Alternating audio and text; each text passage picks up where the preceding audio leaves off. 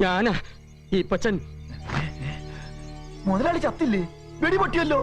പൊട്ടി ഇല്ല പാർത്ത. ഇത്തവണ അവന്മാര് ഗോപി വരച്ചു. വാ നമുക്ക് രക്ഷപ്പെടാം. അവന്മാര് പരിസരത്ത് എവിടെയോ ഉണ്ട്. ഉണ്ടോ? എങ്കിൽ ഞാനൊരു കാര്യം പറയാം. മുതലാളി എങ്ങാടെങ്കിലും ഓടി രക്ഷപ്പെട്ടോ? അതാ എന്റെ സേഫ്റ്റിക്ക് നല്ലത്. എടാ നിന്റെ സേഫ്റ്റിക്കാണോടാ ഞാൻ നിനക്ക് ശമ്പളം തന്നു നിന്നെ ഡ്രൈവറായിട്ടും തോട്ടക്കാരനായിട്ടും ഗൂർക്കായിട്ടും ആ പൗപ്പ കോപ്പായിട്ടും വെച്ചിരിക്കുന്നത്. കോപ്പെ വാടാ വന്നെ രക്ഷപ്പെടുത്തടാ. അപ്പൊ വരാം. പക്ഷെ എന്റെ ഭാര്യ കൊച്ചമ്മയുടെ കാര്യം ആര് നോക്കും? അവളെ ഞാൻ നോക്കും. അല്ല അല്ലെങ്കിൽ അവളെ ആര് നോക്കും? എപ്പോഴും മുടിഞ്ഞ നടപ്പല്ലേ, അതും അർദ്ധരാത്രിയില്. ഇത് നല്ല നടപ്പായിരുന്നേ അവൾ എന്നേ രക്ഷപ്പെട്ടേനെ. സെന്റിമെന്റ്സ് കട്ടിയാടാ തിണ്ടി. വേഗം എന്നെ രക്ഷപ്പെടുത്തടാ. ഇങ്ങോട്ട് അയ്യോ വഴി തീർന്നോ? നെഞ്ച് കലങ്ങി. എവളോ ഇവൻ എവിടെ പോയി? പെണ്ണുപിള്ളെ കണ്ടിട്ടില്ലടാ. വേഗം പോയി ഗേറ്റ് തുറക്കടാ. നിന്റെ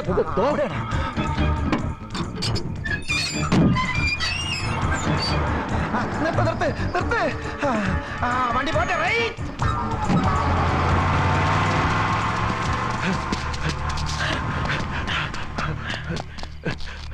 വാടാ. അവർ ഇപ്രാവശ്യം രക്ഷപ്പെട്ടു. വിടരുന്നവരെ.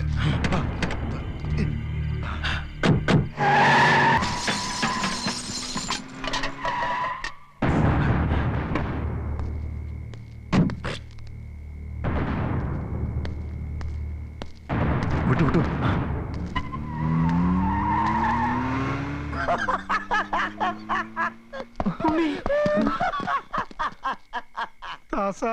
ഏതാടാ ഈ പ്രാന്തൻ?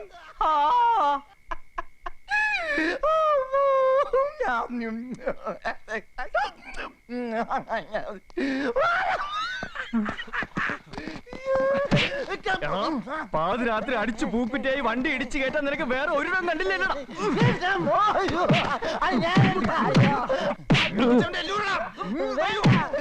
ഇടിക്കണ്ട, ഞാൻ ഊരിത്തരാം. എന്താ ഇതൊക്കെ ചെയ്തത്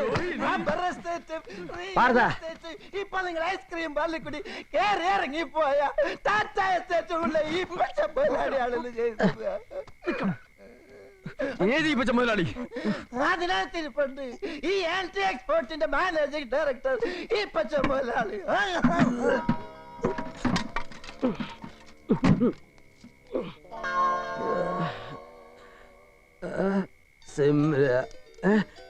സിംലയിലെത്തിയോ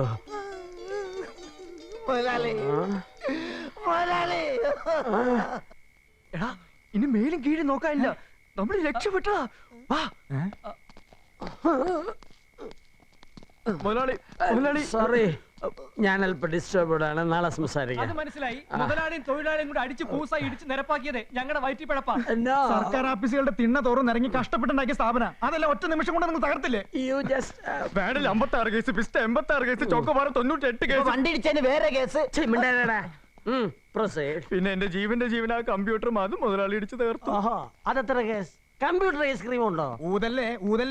ഇതിനെല്ലാം നഷ്ടപരിഹാരം തരാതെ മുതലാളിയും തൊഴിലാളിയും ഒന്നും പോകുന്ന പ്രശ്നമില്ല. നഷ്ടപരിഹാരം ഐസ്ക്രീമുകളെ നിന്റെ ഒക്കെ പിസ്തയും ക്ലമണ്ടവുമേ പോയുള്ളൂ. എന്റെ കാർ ബ്രാൻഡമാണ് പോകാൻ പോയത്. എടാ, ചൂല് കണ്ട പാറ്റയെ പോലെ നെട്ടോട്ട ഓടിയ ഞാൻ ജീവൻ രക്ഷിക്കാനുള്ള ആക്രാന്തത്തിലാടാ നിന്റെയൊക്കെ പിസ്തക്കകത്ത് ഇടിച്ചു കയറ്റിയത്. നഷ്ടപരിഹാരം വേണമെങ്കിൽ നീ അവന്മാരോട് പോയി ചോദിക്ക്. ആരോട്? എന്നെ കൊല്ലാൻ വന്ന മുഖമൂടികളോട്. ഡ്രൈവർ നല്ല ടേസ്റ്റ് വണ്ടി. ആദ്യം കാശെടുക്ക്, എന്നിട്ട് വണ്ടി എടുക്കാം. ചോദിക്കുമ്പോ കാശ് തരാൻ ഈ പച്ച മുതലാളി ആരാ? നിന്റെ ഒക്കെ തന്തേ? യുവന്മാർക്ക് അങ്ങനെ ഒരുത്തരില്ലടാ. അവൻ എന്താ എന്നെ ഞാൻ ആരാന്ന് എന്റെ വിചാരം?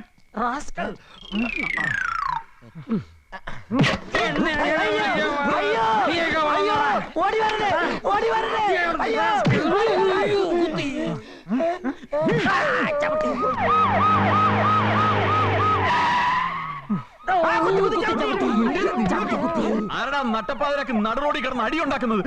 മുതലാളിയോ? ഇത് മൂന്നാമത്തെ അറ്റാക്കാണ്. മുതലാളി ഹാർട്ട് അറ്റാക്ക് വരുമ്പോ എത്ര തറയാണെങ്കിലും ആ തറയെ തന്നെ കിടക്കണമെന്ന് അറിയാൻ പാടില്ല മുതലാളി. സോമ മെഡിക്കൽ കോളേജിലേക്ക് മെസ്സേജ് കൊടുക്ക്. തലേന്ന് എടുക്കണം. ഇത് ഹാർട്ട് അറ്റാക്ക് അല്ല, കൊലപാതക ശ്രമം, അറ്റാക്ക്. ഇത് മൂന്നാമത്തെ പ്രാവശ്യമാണ്. പ്ലാസ്റ്റിക് കവറിട്ട കരിങ്കൊരങ്ങനെ പോലെ തോന്നിക്കുന്ന രണ്ടുപേര്. അതെന്താ ആരെങ്കിലും പാക്ക് ചെയ്ത് കൊല്ലാനായിട്ടാണോ? പാക്കേജ് സ്കീമല്ല, എന്റെ ജീവൻ രക്ഷിക്കാൻ പറ്റ പാട് എനിക്ക് അറിയാവും. അത് ഞാൻ യവന്മാർക്ക് നഷ്ടപരിഹാരം കൊടുക്കണമെന്ന്. ഈ പച്ച മുതലാളിയോട് നഷ്ടപരിഹാരം ചോദിക്കാൻ വേണ്ടി നീയൊക്കെ വളർന്നു അല്ലടാ. നിനക്ക് മോനായെങ്കിൽ എനിക്ക് മോളായടാ. പേര് പറടാ. പുല്ലേ. എല്ലാവരും കേൾക്കാൻ വേണ്ടി പറയാ. ഇനി ഇങ്ങനെ ഒരു കാര്യം പറഞ്ഞ് ഈ പച്ച മുതലാളി ആരെങ്കിലും ശല്യം ചെയ്തു എന്ന് ഞാൻ അറിഞ്ഞോ മൂന്നിന്റെ ഷേപ്പ് മാറ്റിക്കളെ ഞാൻ. കേട്ടല്ലോ, ഇനി നഷ്ടം പറഞ്ഞെന്റെ മുമ്പിൽ വന്ന 3 എണ്ണത്തിനെ ഞാൻ വെച്ചേക്കില്ല. കേട്ടല്ലോ, ഒന്നോർത്തോ, 24 മണിക്കൂറിനകം മുതലാളിയുടെ കൊലയാളിയം കൊണ്ടേ ഞാൻ. അല്ല സാർ, അതിന് മുതലാളിയെ കൊന്നില്ലല്ലോ. മുതലാളിയുടെ പ്രതിശ്രുത കൊലയാളിയം കൊണ്ട് ഈ മാത്യു വാശിപ്പറമ്പൻ ഇനി മുതലാളിയുടെ കൺമുമ്പിൽ വരും. അതെന്റെ ഒരു വാശിയാ. ഇത് സത്യം, സത്യം, സത്യം. അതുവരെ എനിക്ക് റെസ്റ്റ് ഇല്ല. സോറി മുതലാളി, പൊയ്ക്കോ. കേട്ടല്ലോ, റെസ്റ്റ് ഇല്ല. ഒന്നോർത്തോ, ഇനി രണ്ടിലൊന്ന് അറിഞ്ഞിട്ട് 3 പേർക്ക് ഓർക്കുള്ളൂ. ഇത് 4 തരം.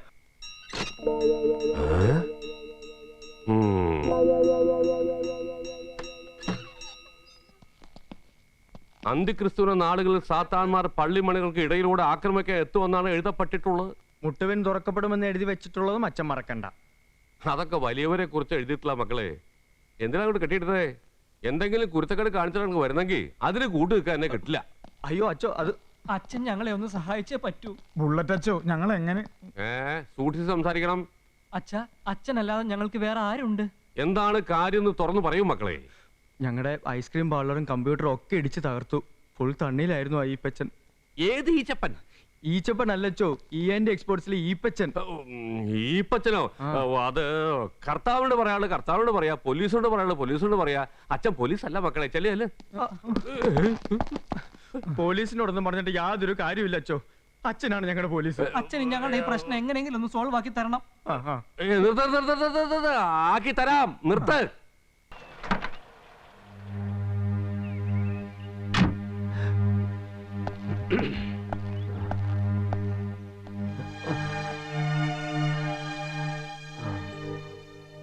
ഈപ്പച്ച, എന്താടാ? എന്താ നിനക്ക് പറ്റിയേ? എന്തൊക്കെയാ ഞാൻ ഈ കേക്കുന്നേ? ചേച്ചി എന്താ കേട്ടെ? എന്താന്നോ? എന്താ ഈ പത്രത്തിൽ എഴുതിയിരിക്കുന്നേ? മലയാള മനോരമ. തമാശ കളഞ്ഞീ. എന്റെ പൊന്ന് ചേച്ചി, വണ്ടി കൊണ്ട് ഇടിച്ചതും കൊല്ലാൻ ശ്രമിച്ചതും ഒക്കെ സത്യമാ. പക്ഷെ എനിക്കൊന്നും സംഭവിച്ചില്ലല്ലോ. അതല്ലേ ഞാൻ വന്നേ. എന്തേലും സംഭവിക്കുന്നതിന് മുൻപ് ഈ ജീവിത രീതിയൊക്കെ മാറ്റണം. എത്ര നാളെന്ന് വെച്ചാ ഇങ്ങനെ ഒറ്റയ്ക്ക് ജീവിക്ക? ഒരു കല്യാണമൊക്കെ കഴിച്ച് കുടുംബമൊക്കെ ആവുമ്പോ എല്ലാം നേരെയാവും. ഓ, കല്യാണം കഴിച്ച് കുടുംബമൊക്കെ ആയാ കൊല്ലാൻ വരുന്ന മുഹമ്മൂടികൾക്ക് സിമ്പതി കൂടുവോ? അതല്ല ഞാൻ പറഞ്ഞേ. ആദ്യം നിന്റെ ഈ കുത്തഴിഞ്ഞ ജീവിത രീതിയൊക്കെ ഒന്ന് മാറ്റണം. എല്ലാം നോക്കിയും കണ്ണു വെച്ച് വിളമ്പി തരാൻ ഒരാള് അതുണ്ടായേ പറ്റൂ. ഒത്തിരി നാളായല്ലോ ഞാനിത് പറയാൻ തുടങ്ങിയിട്ട്. ശരിയാ, ഒത്തിരി നാളായി ചേച്ചി ഇത് പറയാൻ തുടങ്ങിയിട്ട്. ഇപ്രാവശ്യം ഞാൻ സമ്മതിച്ചു സമ്മതിച്ചു സമ്മതിച്ചു. തൽക്കാലം ചേച്ചി അകത്തേക്കല്ലേ, അവിടെ കൊച്ചമണിയുണ്ട്. ആ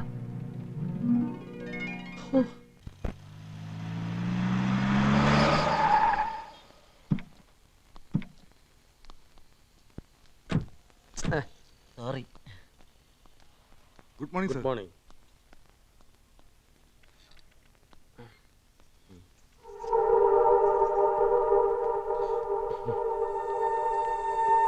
എനിക്കറിയാം നിങ്ങളുടെയൊക്കെ കൺട്രോൾ പോയി നിൽക്കുകയാണ്. ആരും സങ്കടപ്പെടേണ്ട, എനിക്കൊന്നും പറ്റിയിട്ടില്ല. I M safe. പോയി അവരവരുടെ ജോലികൾ ചെയ്യൂ. എന്നെ കൊല്ലാൻ ശ്രമിച്ചപ്പോഴൊക്കെ സ്റ്റാഫിന്റെ സങ്കടം താൻ കണ്ടതല്ലേ? ഇക്കണക്കിന് എന്നെ കൊന്നാൽ എന്തായിരിക്കും അവരുടെ സങ്കടം? സ്നേഹം സ്നേഹം സ്നേഹമല്ല മുതലാളി, ഒരു ഹോളിഡേ നഷ്ടപ്പെട്ടതിന്റെ ദുഃഖമാ. പാടില്ല. അങ്ങനൊരു ഹോളിഡേ അവര് ജന്മം പ്രതീക്ഷിക്കണ്ട. താനും പോയി കാറ് കഴുകിയിട്ട് വാ. പത്രവാർത്ത കണ്ട് കനക ഒത്തിരി കരഞ്ഞു അല്ലേ? വായിച്ചോ? വായിച്ചു. കനകത്തിന്റെ വിഷമത്തിന്റെ ഖനം ഞാൻ മനസ്സിലാക്കുന്നു. സങ്കടപ്പെടാതിരിക്കൂ. ജോലി ശ്രദ്ധിക്കൂ പ്ലീസ്. എന്റെ പ്രാർത്ഥന കൊണ്ട് രക്ഷപ്പെട്ട് ഓ ഇന്നും രാവിലെ രക്തപുഷ്പാഞ്ജലി കഴിച്ചിട്ടാ ഞാൻ ഇങ്ങോട്ട് വരുന്നത്. ആഹാ, ഈ ശരീരം കണ്ടാൽ അറിയാം ദിവസം ഒരു 5-6 രക്തപുഷ്പാഞ്ജലികളും കഴിച്ചിട്ടാ വരുന്നതെന്ന്. Okay keep it up. ആ കനകം, നാളെ ഒരു വെടി വഴിപാടും കൂടെ നടത്തിയേക്ക്. ഏത് ഈപ്പച്ചലവും എനിക്ക് നല്ലൊരു ഐഡിയ. ഈപ്പച്ചനെ ഞാൻ മേടലേക്ക് വിളിപ്പിക്കാം. അവിടെ വെച്ചാകുമ്പോ കാര്യങ്ങൾ വിശദമായി സംസാരിക്കുകയും ചെയ്യാം. ഈപ്പച്ചന് തടസ്സം പറയുകയാണെങ്കിൽ ഞാൻ സോൾവ് ചെയ്തോളാം. ഉരുണ്ടുകൾ ഇങ്ങോട്ട് അടിക്കണ്ട, കാരണം സഹിതം ചെന്ന് അങ്ങോട്ട് അവതരിപ്പിച്ചാൽ മതി. ഇലക്കും മുള്ളിൽ ലാത്തിക്കും കേടില്ലാതാക്കി തരാൻ നേരിട്ട് എന്ന് വെച്ചാൽ എന്റെ തടി ഞാൻ നോക്കണ്ടേ? അയാളൊക്കെ ആണെങ്കിൽ അച്ഛനെന്നോ കപ്പ്യാരെന്നോ അപ്പനെന്നോ ഒരു വ്യത്യാസമില്ല. മാത്രമല്ല ഇന്ന് ദിവസവും നന്നല്ല, പിന്നെ കണി നന്നല്ല. രാവിലെ എഴുന്നേറ്റ് അച്ഛനോട് കണ്ണാടി നോക്കാൻ ഞങ്ങൾ പറഞ്ഞില്ലല്ലോ. ചെല്ലി ചെല്ലി ചെല്ലി ചെല്ലി. ഇനി കണ്ണൊക്കെ കാണാം. ഈപ്പച്ച ഞാനാ, ഫാദർ ബെനഡിക്ട്. ഇപ്പൊ, ആ, അച്ഛനാ. ഗുഡ് മോർണിംഗ് അച്ഛോ. ആ ബുള്ളറ്റ് അച്ഛൻ ഇരിക്കണം. എന്റെ ആ ബുള്ളറ്റ് വിറ്റതോടെ ഞാൻ പല്ല് കൊഴിഞ്ഞ സിംഹമായി പോകടോ ഈപ്പച്ച.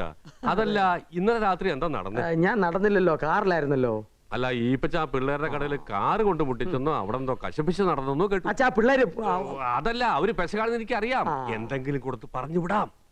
അച്ഛനാ പിള്ളേരുടെ മാത്രം അച്ഛനല്ലല്ലോ. അല്ല. അച്ഛൻ എന്റെയോ അച്ഛനല്ലേ? അതെ. ഈ ഇടവക്കാരുടെ മുഴുവൻ അച്ഛനല്ലേ? അല്ല, അതെ അതെ അതെ. അച്ഛൻ, ബുള്ളറ്റ് അച്ഛൻ. ഓ. ബുള്ളറ്റുമായി ഒരാൾ മുന്നിൽ വന്ന് നിന്നാൽ അച്ഛൻ എന്ത് ചെയ്യും? എന്ത് ചെയ്യുന്നോ? ഞാൻ ആദ്യം ഈ ലോഹ അങ്ങോട്ട് മടക്കി കുത്തും. എന്നിട്ട് ഞാൻ വലതുകാല് പൊക്കി ബുള്ളറ്റിന്റെ മേത്ത് വെക്കും, സ്റ്റാർട്ടാക്കും, ഗീറിടും. എന്നിട്ട് ഞാൻ ഈ ഇടവകയിലൂടെ ഞാൻ ചെത്തും. എവിടെ എന്റെ ബുള്ളറ്റ്? എന്റെ ബുള്ളറ്റ് എവിടെ? കർത്താവേ, എന്റെ ബുള്ളറ്റ്. ഒച്ച വെച്ചാ ഞാൻ അച്ഛനെ പുറത്താക്കേണ്ടി വരും. ആ ബുള്ളറ്റ് ഉള്ള ഒരു തോക്കുമായി ഒരുത്തൻ മുമ്പിൽ വന്ന് നിന്നാൽ അച്ഛൻ എന്ത് ചെയ്യുമെന്നാണ് ഞാൻ ചോദിച്ചത്. അങ്ങനെ ആർക്കും തോന്നാതിരിക്കട്ടെന്നാണ് പ്രാർത്ഥന മകനെ. ആ എന്നാ എനിക്ക് പ്രാർത്ഥിക്കാൻ സമയമില്ലായിരുന്നു. വാണം വിട്ടുപോലെ ഇല്ലയോ ഞാൻ പോയത്? ജീവനാണോ വലുത്, അവന്മാരുടെ ഐസ്ക്രീമാണോ വലുത്? മനസ്സറിയാൻ വല്ലതും കൊടുക്കുമായിരുന്നു. അതിലൊരുത്തൻ എന്നെ റാസ്കൽ എന്ന് വിളിച്ചു. ഇനി 10 പൈസ കൊടുക്കില്ല. ഇനി പേരും പറഞ്ഞ് ആര് വന്നാലും അച്ഛനാണെന്നോ ആരാച്ചാരാണെന്നോ നോക്കില്ല, ഇടിച്ച് കൂമ്പിയാൻ കലക്കും. അച്ഛന്റെ കൂമ്പല്ല. ഓ thank you thank you thank you. അവന്മാരുടെ കാര്യം പോട്ടെ, ആ അനാഥ പിള്ളേരുടെ കാര്യം പറഞ്ഞ് ഇനി ഞാൻ വരും. അച്ഛൻ വരൂ, അനാഥ പിള്ളേരുടെ കാര്യം പറയൂ, എന്താ വെച്ചാ ചെയ്തോ. ഈ ശോമിശാക്ക് സുഖായിരിക്കട്ടെ. എപ്പോഴെപ്പോഴും സ്തുതിയായിരിക്കട്ടെ. എന്റെ ബാഗ് പിടിച്ചോ. വക്കാലത്തോര് വന്നിരിക്കുക. എന്താ ഏറ്റവും സംഗതി ഒത്തോ? വാ മക്കളെ, വാ മക്കളെ. ഞാൻ നിങ്ങളുടെ ആരാ മക്കളെ എന്ന് പറഞ്ഞ വികാരി അച്ഛൻ. അതെ, വികാരവും വിവേകമുള്ള ഒരു വികാരിയാണെന്നുള്ള വിചാരം നിങ്ങൾക്ക് ഉണ്ടായിരുന്നെങ്കിൽ എന്നോട് ചെയ്യായിരുന്നു. അതിനിപ്പോ എന്ത് പറ്റി? റാസ്കൽ. നിങ്ങളിൽ ആരാ അയാളെ റാസ്കൽ എന്ന് വിളിച്ചത്? അതൊക്കെ എന്തിനാ ഇവിടെ പറയണത്? നീയാണല്ലോ മകനെ. എന്നാ അങ്ങോട്ട് ചെല്ല്, പൊതിഞ്ഞു കെട്ടി വെച്ചിട്ടുണ്ട്. ഈ ചീപ്പ് പരിപാടിക്ക് കൂട്ടുവെക്കാൻ എന്നെ കിട്ടില്ല. മാന്യമായി മദ്യപിച്ച് ജീവിക്കുന്ന ഒരു മഹാമനസ്കന്റെ മുഖത്ത് നോക്കി നിനക്കൊക്കെ ചീത്ത വിളിക്കാൻ എങ്ങനെ തോന്നിയടാ റാസ്കൽ? റാസ്കലിന് പകരം വേറെന്തെങ്കിലും വിളിച്ചാൽ മതിയായിരുന്നു. നീ മിണ്ടരുത്. ഇനിയിപ്പോ എന്താ ഒരു വഴി? എടാ, നിന്റെ ആനി ഇൻഷുറൻസ് അല്ലേ വർക്ക് ചെയ്യുന്നത്? അതെ. നമുക്ക് അവളെ പോയി വിളിച്ചാലോ? അതൊന്നും വേണ്ട, അവളെ വിളിക്കണ്ട. എന്നാ വാടാ, നമുക്ക് പോയി വിളിക്കാം. നിക്ക് നിക്ക് നിക്ക്, ഞാൻ വിളിക്കാം.